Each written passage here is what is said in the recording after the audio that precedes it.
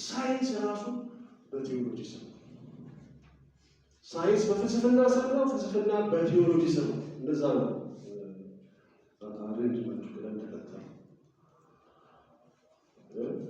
እግዚአብሔርን የማያውቅ ፍልስፍና ክደት ነው፣ እብደት ነው፣ ጥፋት ነው። እግዚአብሔርን የማያውቅ ሳይንስም ራሱ ቁሳዊነት ብቻ ነው፣ ስለ ስጋና ስለ ስጋ ብቻ ነው የሚያስበው እንጂ በስጋ ሰውነት እግዚአብሔርን ስለማክበር አይነግረንም። እሱ ደግሞ ሰፊ ነው። ቴዎሎጂካል ሳይንስ እንላለን። ተው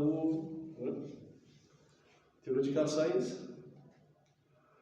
ሰምታችሁ ታውቃላችሁ? ቴዎሎጂካል ፊሎሶፊ ሳይንስን በነገረ መለኮት መታየት አለበት። ፍልስፍና በነገረ መለኮት መቃኘት አለበት።